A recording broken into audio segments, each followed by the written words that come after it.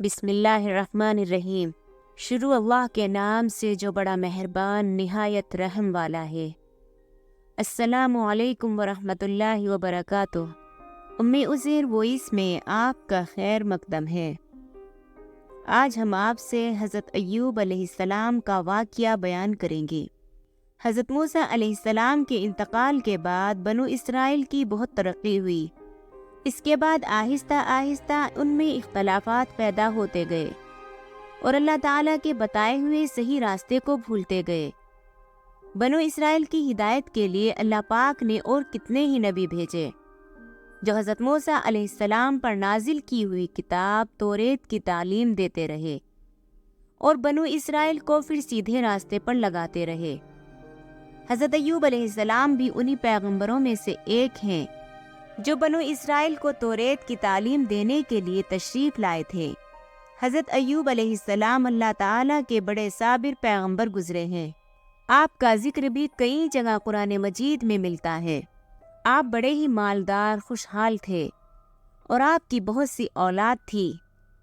आप अल्लाह ताला की उन नेमतों पर हर वक्त शुक्र अदा करते थे। हर तरफ खुशी ही खुशी थी। रंजो गम फिक्र और अंदेशा का कहीं दूर दूर तक नामो निशान नहीं था। आखिर आपकी आजमाइश का वक्त आ गया ताकि अल्लाह ताला के सच्चे बंदों की निशानी रहती दुनिया तक कायम रहे और सब्र शुक्र की मिसालें हमेशा जिंदा रहे। अल्लाह ताला ने एक एक करके अपनी नेमतें वापस लेना शुरू कर दी।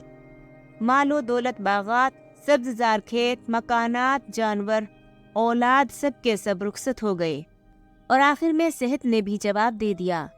बदन में कीड़े पड़ गए, सारा बदन फट गया, मगर आप उन सब मुसीबतों पर भी अल्लाह ताला का शुक्र ही अदा करते रहे। अल्लाह ताला ही की याद में लगे रहते, शिकवा शिकायत तक न करते, नाशुक्री का जिक्र भी न करते। आखिर सब्र रंग ला गया। सब्र की भी एक हद होती है। जब उसका पैमाना लबरेज हो गया तो उन्होंने अपने रब को पुकारा और फरियाद की, मुझे शैतान ने रंज और तकलीफ पहुंचा रखी है, तो मेरे हाल पर रहम कर, तू ही सबसे ज़्यादा रहम करने वाला है। आखिर अल्लाह ताला को उनके हाल पर रहम आया। अल्लाह ताला ने हुक्म दिया कि तुम अपने पाँव से ज़मीन पर ठोकर मारो। ठोकर मारी तो एक चश्मा निकला। उस पर अल्लाह ताला ने फरमाया कि तुम्हारे नहाने और पीने के लिए ठंडा पानी मौजूद है।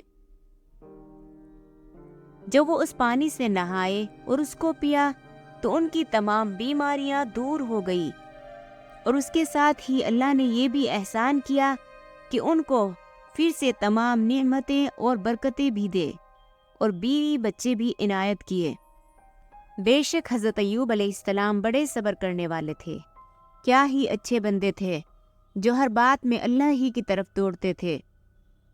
अल्लाह ताला हम सबको हर आजमाइश और इम्तहान से बचाए।